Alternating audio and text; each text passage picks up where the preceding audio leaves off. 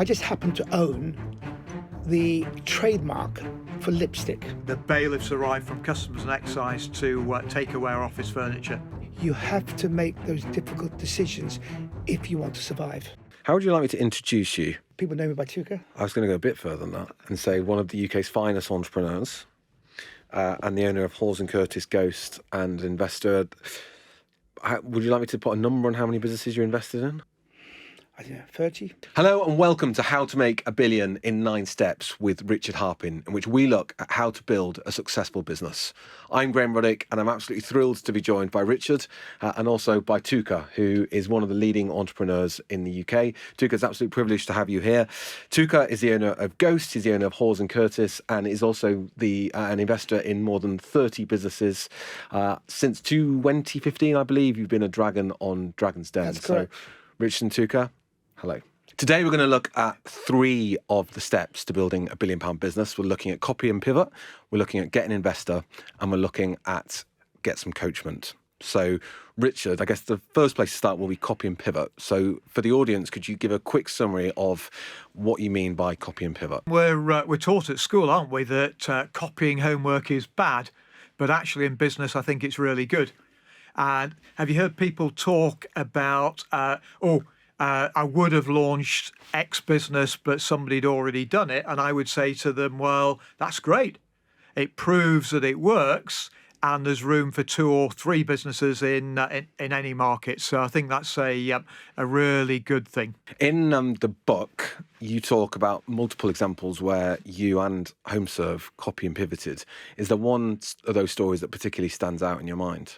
Yeah, it's got to be around fast fix to Homeserve. So I'd set up an emergency plumbing business, generating work through Yellow Pages. In fact, I called it A1 Fast Fix to be at the front of the section for plumbing and heating. Put my life savings into it with a business partner, £50,000. And literally, we saw our money go down the drain in the space of 6 months. The business model wasn't right. And it took a pivot to then copy from somebody else, which is a water company in Sutton, in Surrey, and they developed a plumbing insurance model. I remember going down there, looking at their model, interviewing some of the customers and saying, that's the one we need to copy. It covered the underground water pipe in people's gardens. We added in plumbing cover and drainage cover. And literally with the last £10,000 in the business, we proved out the model through direct mail. So it was not me that invented plumbing insurance cover. It was copied. But then when you've copied, go for it in a big way. Touker, I want to quote yourself at you at this point. This is a quote from you. It was, all you've got to do is take a product, look at it and make it better. Change it, take an off-the-shelf product and adapt it. It's as simple as that. Is that the key to building a business? If you'd asked me that question 20 years ago, I would have said, you could still do it, but we didn't have the internet then. Today, you can go on the internet, you can cross-check all products, services, look at where they come from, what they sell for, how many they sell, and say, what is it about that product that sells it, and how can I make it better, more sustainable, more adaptable? So one of my sayings is you don't have to be a genius or a scientist, you've just got to be practical. And I think copying, as Richard just said, is not a bad word. It's, what's the word? I would call it disrupting. Because I think if you want to be successful, a lot of the big sleeping giants, the big corporations, for them to change something takes years.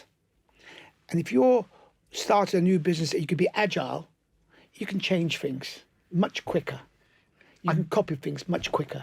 And you look back now and say, I wish you and I had both been setting up businesses in a digital age, because you can put up a Shopify website within 24 hours and test stuff really quickly. Yeah, I remember the days when, when mobile first came out in the car and you had to ring up an operator to be put through.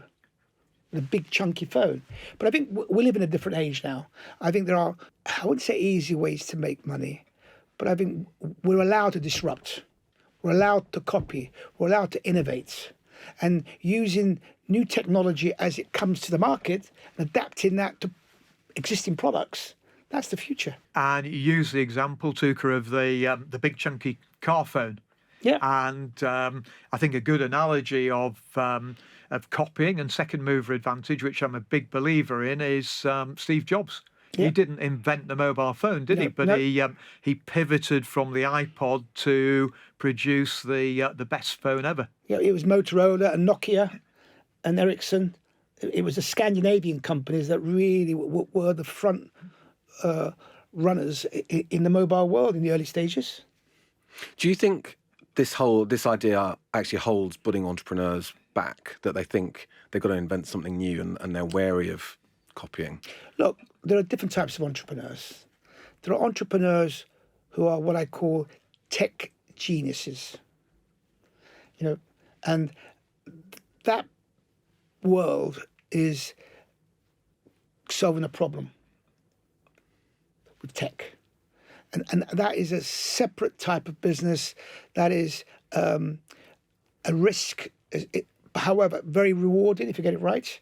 And there's that. There is products, there's services, and in a way, if you take one of my businesses, Hawes and Curtis, I mean, we've grown that business in suits on the basis of our service. How do you walk into one of our stores and get a suit fitted to fit you like a tailor-made suit, and to give the service to your customer where they feel that they've got a custom-made suit. That's a service. Whereas if you go into other retailers, they'll sell you a suit off the rail. There'll be no customer service and no backup.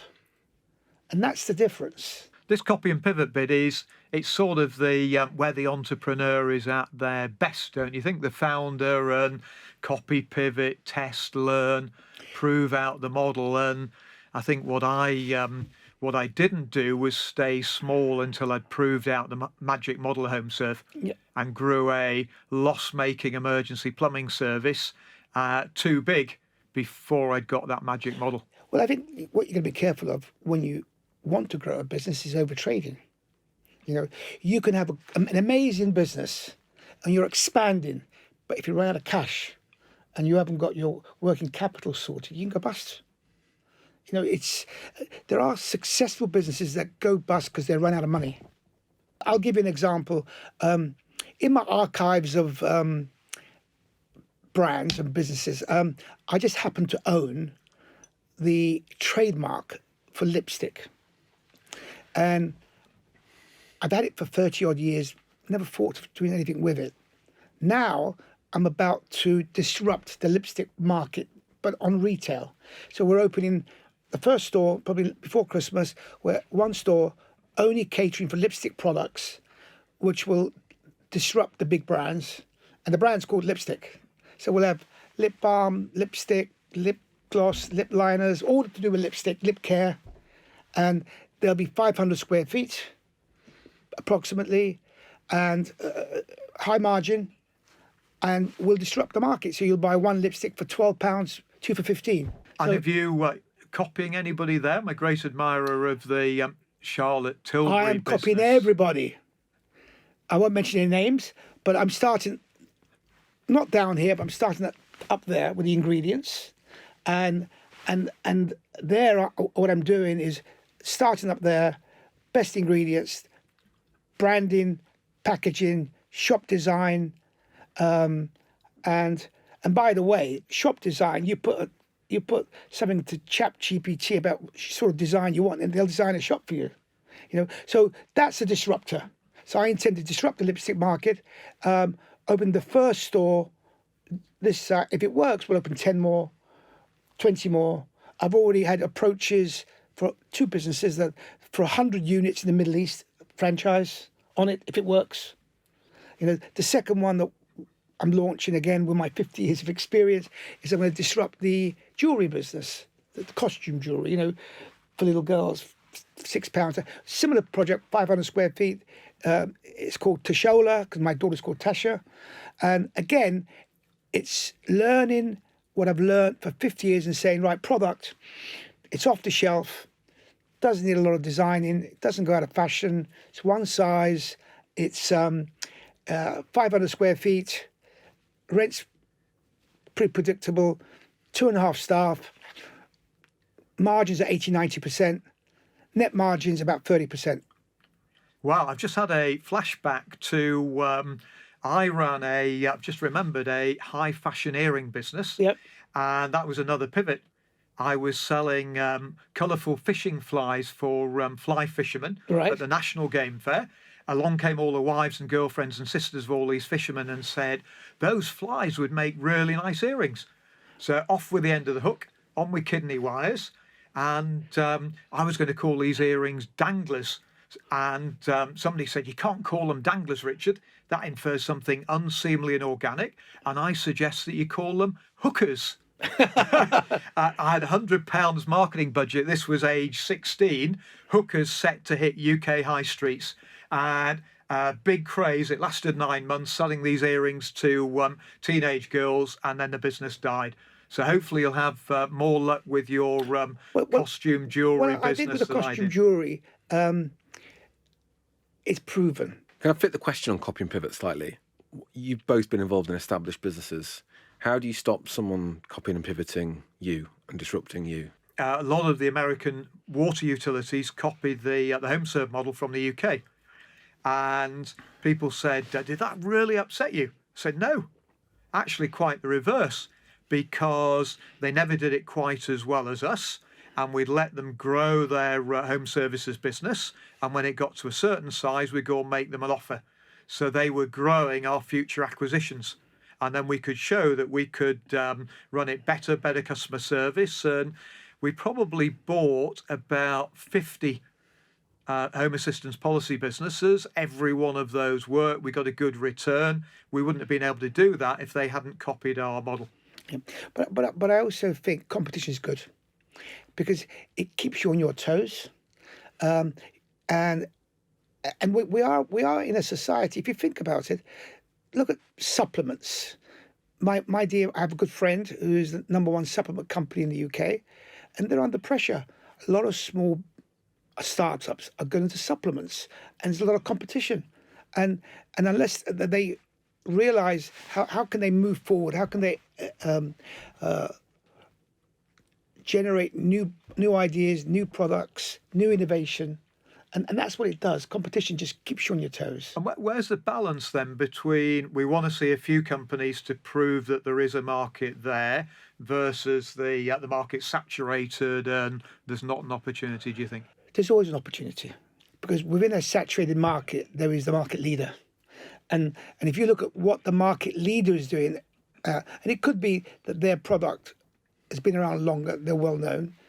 It could be that their product's superior, whatever. But whatever it is, you cannot go and try and build a brand. What you've got to say to yourself is, how can I disrupt that market? Or I guess go and buy those small supplement companies. Yes. A buy and build type model. Well, I think the problem today is I think some of the valuations are just crazy on some of these smaller businesses. But I think a lot of businesses that started up after COVID, which was the mothers, the daughters, the sisters, the grandma, all started these businesses. The guy are all in a position now where it's not sustainable anymore because they started it with being an online business. Doing business online has become much more expensive, and they're all selling up. And now is a good time if you decide that you want to grow a certain sector. Then I think you can buy lots of small businesses. One of my businesses, Matchstick Monkey, which is a baby business, we've had 2 approaches in the last 2 weeks from people who are only growing companies within the baby world. The second thing we wanted to talk about is investment and getting an investor.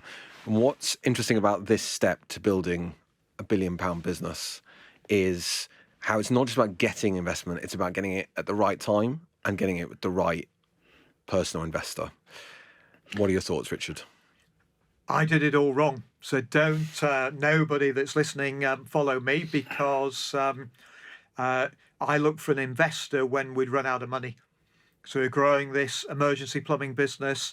The £50,000 of life savings had run out and the bailiffs arrived from customs and excise to take away our office furniture and realised that got to find a way through, borrowed money from friends and family, and did get through that. But we then went out to every water company in the country to say, we've got this great plumbing business in Newcastle. Do you want to invest? They all said no, with one small exception, a little water company north of Birmingham, South Staffs. And they said, oh, we've been looking at a plumbing service. We'll put in £500,000, but we want 52% of the business. Wow. And did we have a choice? No. We grabbed the £500,000, but then use that to eventually find the right business model. But you need to be raising money at the right time, where you've got a position of strength, and not when you've got the wrong business model or run out of money. And I think too many entrepreneurs will go out and raise money, and the more money they raise, the more risks they'll take, the bigger the business will become. But if they haven't proved the model, then ideally just use your own money. Keep it really, really small. And I think when you've proved the model, you know it's going to work, and then you want to go big, you want to hire some great people in to help you to grow the business, that's the time to get an investor. And then the key is who, because then it's not just about the money, it's finding the right cultural fit. Who can help you? Ideally, that's somebody that's done it before, but it's got to be the right cultural fit, somebody that you could be working with for 4 or 5 years. And if they're not a good match, then don't take the money. Going back to how to build £1 billion business. In my view, I always said this: if you play with pennies, you make pennies. You play with pounds, you make pounds. You play with hundreds of pounds, you make. So I think if you want to make £1 billion, ask yourself, or look at all the billionaires and say, how have they made their money? What industries have really made their money? We know that tech has played a very big part in the last 10, 15 years. We know property has played a big part. Transport, whether it's ship owners, whether it's we said technology, whether it's big conglomerates in pharmaceuticals, new inventions.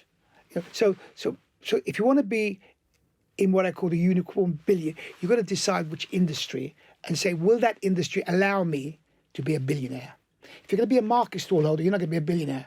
And if you get there, then it's pretty rare, isn't it, to own 100% of the shares? Yes. So worth giving something away in order to get there. But to get there, you need to. So first of all, you need to really think and say, is my first venture just a stepping stone in my business career?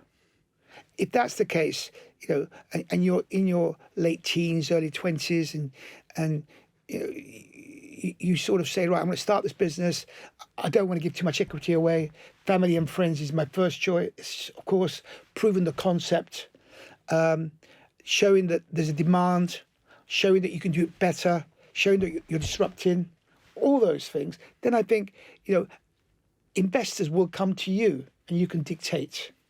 The problem is when you've got a great idea and you've got no money and you've got no friend, and you start giving away large chunks of your equity, you end up having a small proportion of a business that you probably lose interest eventually, and then investors won't want to be there. Yeah, because then you're working for somebody else, and that defeats the objective. Yeah. And I would never want a founder to be, if they're running the business, to have more than me, because then what's the point? You're equal to me, yes, I'll accept that, because I'm not a passive investor. I always invest in where I can add value, but you don't want to end up with a 15%, 20% stake in a business, a small business especially, when you're starting up. 20% of £1 billion business is great. So I think planning your journey at the very beginning is very vital, and I think that's where one needs a bit of advice, one needs a little bit of help. And I think we're going to get to mentorship a bit later, but that's what it needs. £1 billion businesses are rare. Richard is a very rare component. He talks like everyone's going to do it. Not so easy. What you've done, is quarter, less 0.01% of the people in the UK who've done it on their own with £50,000. I think there's 56 of us that are still involved in businesses that built them from scratch to more than £1 billion in value. So 56 in the whole of the UK? In the UK. In the UK. So that tells you something. That tells you something. It's a rare breed, right? And I think the fact is that, and again, I'm not hoping I'm too out of line, but probably Richard saw that the business he was in had growth potential, not only in the UK, in the States and worldwide, and took advantage of it. And that's what it's about. You've got to have a product or a service or something that is transportable. And other businesses that entrepreneurs that are running sort of mid-sized businesses, what's your advice on how they go about getting investment? Look, investment is a funny thing. First of all, you've got to say to yourself, why do you want investment? In some cases, tweaking your terms, your suppliers can give you investment without even going for it. I've got one of my small businesses, and they said, we need another 100 grand investment, which is not a lot of money in investment terms, say. And I said, what do you want it for? We need to buy this, we need to buy that, we need to buy this. Easy. Who are your suppliers? Guys, you're giving the guys 30 days, give them 90 days. Oh, okay.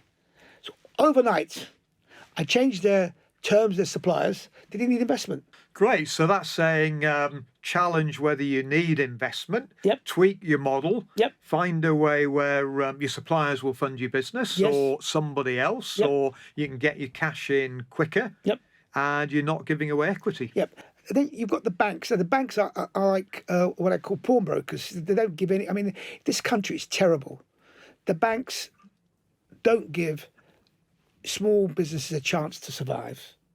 And any one of my businesses that I'm involved in, if they tell me that they put their house on as a guarantee, I said, take it off right away. Never put your house on the line. I did it at a young age. I lost my house. And never give a personal guarantee. Lesson number 2. So going back to investment, if you believe that you've got a proven concept, you can show that the growth is coming. And I don't mean textbook growth where you say, take a spreadsheet, let's add 20%, add 20%. You've seen many of those before. So be wary of taking too much debt, or better to take some equity and get somebody that can help us as well. But also, when you talk about equity, you want smart equity.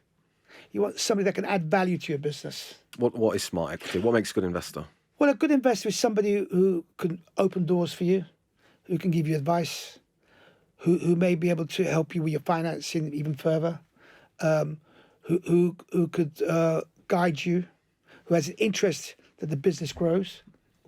And you want somebody who you can call upon at any time. You don't want a passive investor who just lends you the money and go, I'm not a passive investor. And I guess that's been your key to success in the Dragon's Den investments that you've made over the last 10 years. Look, Dragon's Den investments, you take a long-term view, unfortunately. But the good thing about Dragon's Den, so when I first went on Dragon's Den, I didn't know about gluten-free. I didn't know about snacks. I didn't know about organic. This was all those things. Were all new to me. Yep. Dragon's Den for me has been education, been the best schooling that I've ever had to learn about the variety of businesses that I would never have got involved with previously. What's been your biggest learning as an investor on the Den? You only invest in the entrepreneur, even if it's a lousy idea. Sometimes it's the person and the product or service is number 2. Number 2. Sometimes you get a great business with a lousy entrepreneur and you say, can't work with this guy. Sometimes you get a great entrepreneur who is just, he's got it wrong. You say, don't worry, there's this you can do, that you can do. And it's back to step number 1, isn't it? The back to copy and pivot, that if they've got the wrong model, they'll keep going, they'll find a way through. You keep on changing. I always say this, you never give up. You never give up. because at the end of the day, life is a journey. You keep on tweaking that journey until you get it right. You know, especially if you're young. I mean, I'm 71. I don't feel 71, but I'd give it all away to be 21 again. That's for sure. This brings us nicely on to the third point, which is getting some coaching and mentoring. I just listening to you both speak then, it's very apparent that you're looking for founders and entrepreneurs who are curious, who want to learn. So, Richard, coaching and mentoring, why do you think it's so important? I wish I'd had a coach or mentor earlier. And I think the first mentor I got was a guy called Nigel Morris, a Brit, co-founder of Capital One, big in America before it came to the UK. And this was back in 2010. Homeserve was doing okay in America, but we'd been there 7 years. We're still only making $10 million profit. And I thought, I really need some help. And so I thought Nigel Morris is a Brit that's made it successful in America. So I emailed him and I wrote to him and pestered him. No response. One evening, I think it was 11 o'clock UK time, 6 p.m. East Coast, Washington, DC time, I'd got his office number, called him, and lo and behold, he answered the phone. And he said, persistence pays. I do remember you now. Next time you're over in the US, I'll give you an hour of my time. I said, it just so happens, Nigel, I'm there tomorrow. And of course I wasn't. I got on the next flight out of Heathrow, sitting in his office at 2 p.m. the following afternoon. Wow.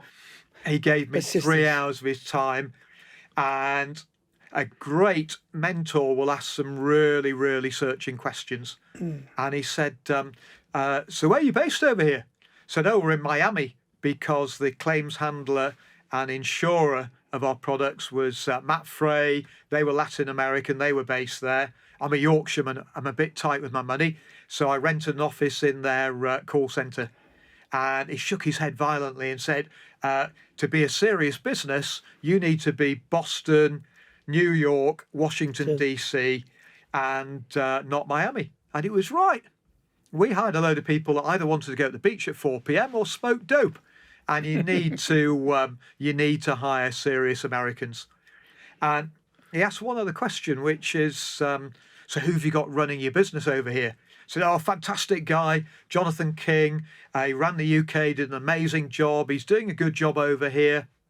He's a local. And shook his head again and said, Americans buy from Americans. You've got to have an American chief exec if you want to be taken seriously in America. So we listened. I hired a guy called Tom Rusin after we'd moved from Miami to Norwalk, Connecticut, an hour north of New York.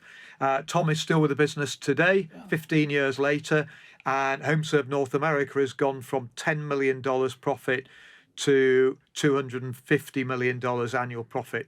So the answer is get a mentor or coach early on. Don't leave it as long as me, and then make sure you listen to their advice. Touker, you've also talked about the value of experience and your own experiences. Yeah. So, Look, I could write a book. You know, at the age of 27, 28, I was chairman of 2 public companies. Didn't know anything about public, but one of them was, let's just say, it was fraudulent. Luckily enough, in those days, I appointed Coopers and Lybrand, which were now PwC, who did a check on them. When I acquired 29% of the business at the time, it was valued at 15 million. This was in 1980.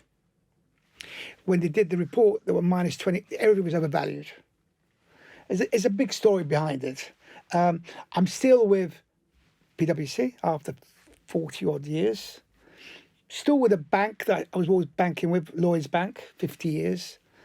And you know, I'm somebody if very consistent with somebody. If somebody looks after me, I look after them. So you were getting that advice from some of your advisors, like the bank. I think what happened, I didn't do my due diligence properly. That's one of the big key things. When you're acquiring a business or when you're doing anything today, due diligence. Now, due diligence today is much easier. ChatGPT, Company's House. There's loads of ways you can do it today. In those days, it wasn't so. And I was very young, very ambitious. Went with my gut feeling more than anything else. But I learned the hard way.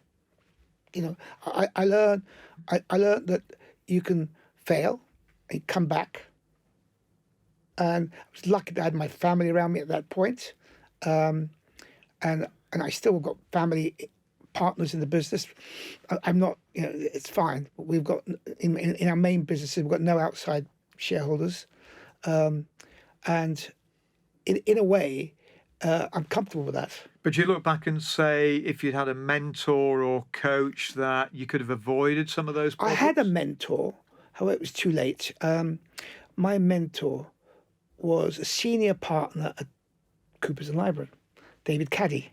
He was my mentor at the beginning, and he's retired now, of course. And I remember we went to look at this building near Shoreditch with a fortune today, and we looked at the warehouse. It was a retail business called Bamba Stores, and we said, "Well, net assets 16 million. Let's say 10." We said we just write that off very conservatively. We didn't know that the building was. He had a friend who was a valuer at double the price. All the stock was double. I mean, it was just a disaster. And in those days, you couldn't sue an auditor. It wasn't like today. But I paid a very hefty price. I've got no regrets. Learned a lot. When should you change your mentor, or do you keep them forever? Or look, you pick up new mentors along the way. You know, I remember while I was looking at Bamba Stores, I was also very friendly with Ralph Harpin. You know, Ralph Harpin started Burton Group, quite a character. He was very shrewd, and he was going to come and be the chairman of that group until he found out what was going on. And he went out. He died recently, unfortunately, Ralph. Then after Ralph, there was in the same group was David Horner, who was an American, and he insisted at the time that every supplier to their brands, had to be on the internet. It was very new. Yeah. And after, of course, my dear friend, mentor, friendship, very dear friend is Stuart Rose. And Stuart and I still friends today, mentor. We sort of mentor each other, if that makes sense. And we go back 40 years, 35 years, I don't know how we go back. And I've got a lot of people like that you pick up along the way, and they become mentors, friends, advisors. And even today, if I invest in something and I have somebody who's involved, I will go to them and ask for their help. And it's almost just back to that sort of circle of helpers, sort of a peer group. And I look back and think it was a bit lonely as the chief exec and founder of Homeserve. And I look back to my Procter & Gamble short career in marketing. Yeah. I remember 13 of us, new to Newcastle, all graduates, and we got a ready-made peer group. And we used to sort of, each worked on a different brand. I was on Fairy Liquid. That's why my hands are still so soft. And we would learn on the job during the day. We go out socialising in the evening, but inevitably we'd talk about business. And it was sort of ready-made peer group. Do you think peer groups are important? Look, I think socialising, peer groups, contacts, going to events, going to your business events, going to exhibitions. The more people you meet, the more you suck information. And then you can then target the people you want to spend time with. You know, it's a merry-go-round. Everybody wants to do the same thing. Everybody wants to learn from somebody else. You know? And what's holding people back? Because I would say that a lot of entrepreneurs that I meet haven't got a mentor. And why do you think? And what can we do to persuade them that it's really important and we both should have done it earlier? Do you know, I mentor quite a few people. On the weekends, I meet a lot of people just for an hour, help them. It's what I give back. You know, we all, when you get to our age, and I'm older than you, Richard, so you give back. And that's what I give back. I like to give back. what I'm disappointed in myself is I haven't got enough time. I'd like to create something that I can give back. Now, one of the ideas that I was thinking of doing my own podcast, where I would where entrepreneurs can interview me for advice, straight. Yeah, Ask there's something Touker- in that, definitely. Touker time, or whatever you want to call it. Where an entrepreneur comes on for half an hour to an hour and says, "This is my business. This is where I'm having problems. Can you advise me?" Yep. Couldn't we get the message out there that lots of business people at the latter stage of their career should give more time back? I think so. And actually, the magic model, I think, is coachment. Definitely. And if I was brutally honest, I would say that a couple of years ago, I didn't know the difference between a coach and a mentor until I went and trained as a business coach at INSEAD for 12 days in 2023, and worked out that I guess the business coach is a bit like the X-ray machine, putting your hand in to see whether you've got a broken bone or a sprain. And then the mentor is the experience, and that's the doctoral consultant that is analysing the facts and then giving that advice. Yeah. Look, in a way, I've always imagined you throw a semi-conference for people, and you have a competition where 50 people or 30 people are allowed. You have a panel of entrepreneurs. They're allowed to come up and ask questions to the entrepreneurs about their business, and other people will be fascinated by the fact that, my problem is marketing, but I haven't got the money. And what do I do with my business? Well, my business is doing this. How do I? It's things that you and I would sometimes take 30 seconds to solve, but it might save somebody's business. What's the most common bit of advice you find yourself giving people who you're mentoring? Look, I think a lot of the time it's they're up against a wall. Marketing seems to play a big part to that, unfortunately. The likes of your Meta, your Instagrams, your Facebooks, just make it, and even Amazon, they make it impossible for people to make any money. And I think that there's other ways. You've got TikTok now where don't charge as much so most people who've got products, it's marketing. Most people who are in business, all about marketing. It takes too much of a company's budget away, in my view. Yeah, so what are the other ways to do it without paying all that money on SEM to Google? Yeah. Well, there's somebody sent me a book today.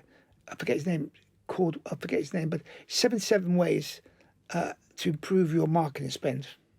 And it just tells you all emails, influencers, referrals, all those things are free, but then you've got people, who have come to a crossroads in their business and say, I've got to take the next leap. How do I do that? How do I fund it? Do I go for a bank loan or do I go for investors? What sort of investor do I go for? We were doing fantastic until we're now dropped off a cliff. However, our overheads are still high. What are we going to do? Cut the overhead. So there's all these little things. And sometimes people keep on kicking the can down the road without taking difficult decisions. Difficult decisions have got to be made. And sometimes that involves family. Sometimes that involves friends. Sometimes that involves colleagues, unfortunately. But you have to make those difficult decisions if you want to survive. I think a lot of people will give away their time and do a bit of coaching or mentoring if the asker is persistent enough. Yes. Fair? Yeah. I've got people who message me like, oh, okay, fine. But also I think one of the things I remember, and you probably, Sir Harvey, he went around. Sir Harvey Jones, who did Troubleshoot. I thought that was an amazing programme. Now, that to me, I was a Sir kid. John Harvey Jones, wasn't it? Sir John Harvey Jones. Now, that to me was, I would love to do that. Go into a business I don't know and look at the fundamentals and see what I would do. I'm not saying I'd get it right, But He was a sort of coach or mentor, wasn't he? Yes. I remember he went to Morgan Cars. yeah, And they said, "Oh, we've got demand that exceeds supply. We've got this little factory. We can't produce enough of them." He said, "Well, stick your price up." yep.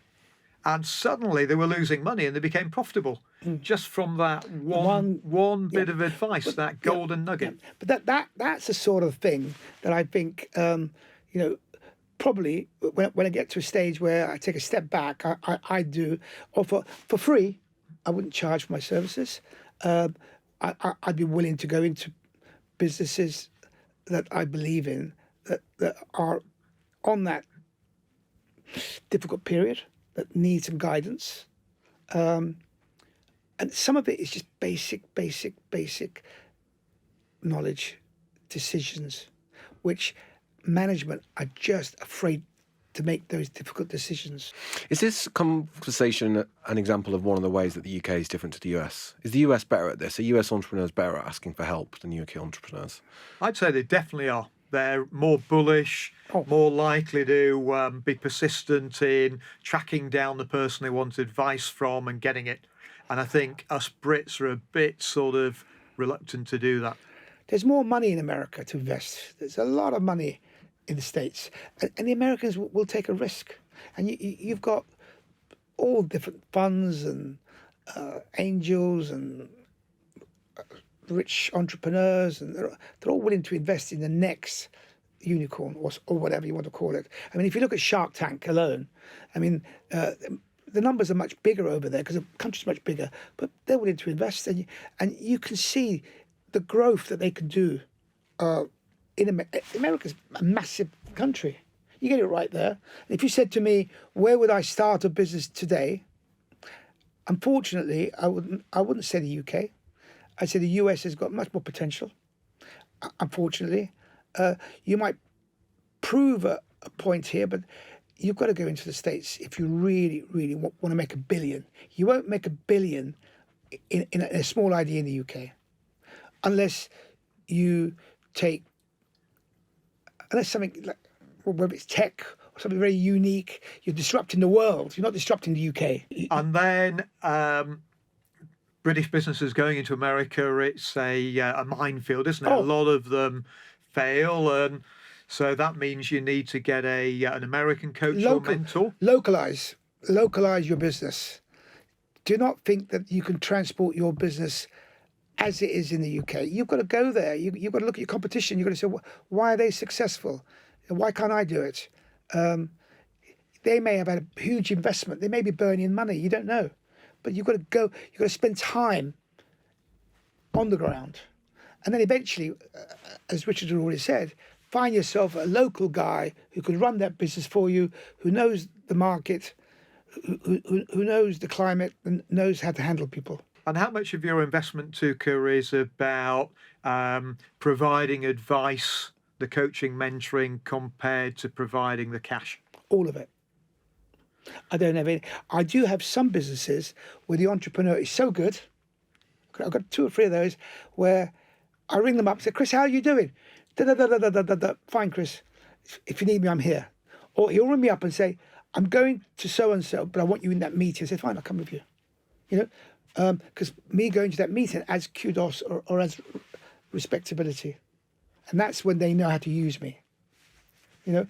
For instance, one of our guys was trying to get a buyer at some retailer.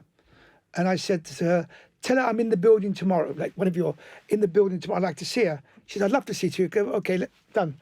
We'll work, as you said, we're there the next day. So it's playing that game. It's not a game, actually. It's persistency. And in a way, I think that some of the big retailers they have got schemes where smaller brands can come on. But at the end of the day, if we're talking about building a £1 billion business, then it comes back down to, you got to say, I need to be in an industry or a business that's got £1 billion potential. I wanted to give you both the last chance to have a final word if you wanted to add anything on top of what we've spoken about. Look, entrepreneurship, in my view, is a passion. You either got it or you haven't got it. There are no free lunch in this world. Nobody gives you anything for free. You have to have the passion inside of you. You have to have that willpower, and you have to work hard. And if you don't work hard, you don't get what you want. But sometimes it's not as complicated as you think.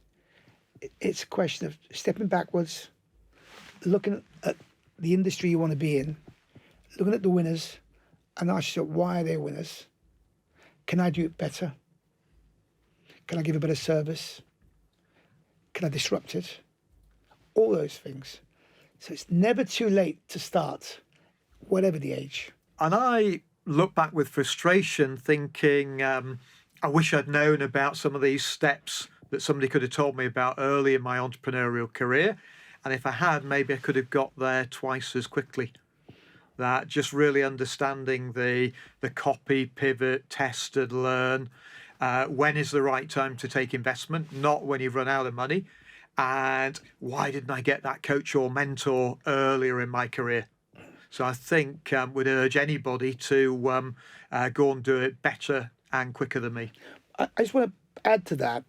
When I look at my failures, and I was chairman of 2 public companies, I made one serious mistake. I did not do my due diligence properly. So whatever you're doing, whether you're raising money, you're selling the business, you're buying something, you're selling it, whatever, do your due diligence. Do your homework. So important. Homework today is so much easier with the internet, with ChatGPT, AI, whatever. That is a must if you want to know. Knowledge is power. Richard, Touker, perfect way to finish. Thank you. You've been listening to How to Make a Billion in 9 Steps with Richard Harpin. Our producer is Lucy McPhee. To find out more about Richard's 9 steps and how to build a successful business, you can find his book, How to Make a Billion in 9 Steps, online at Amazon or any good bookshop now.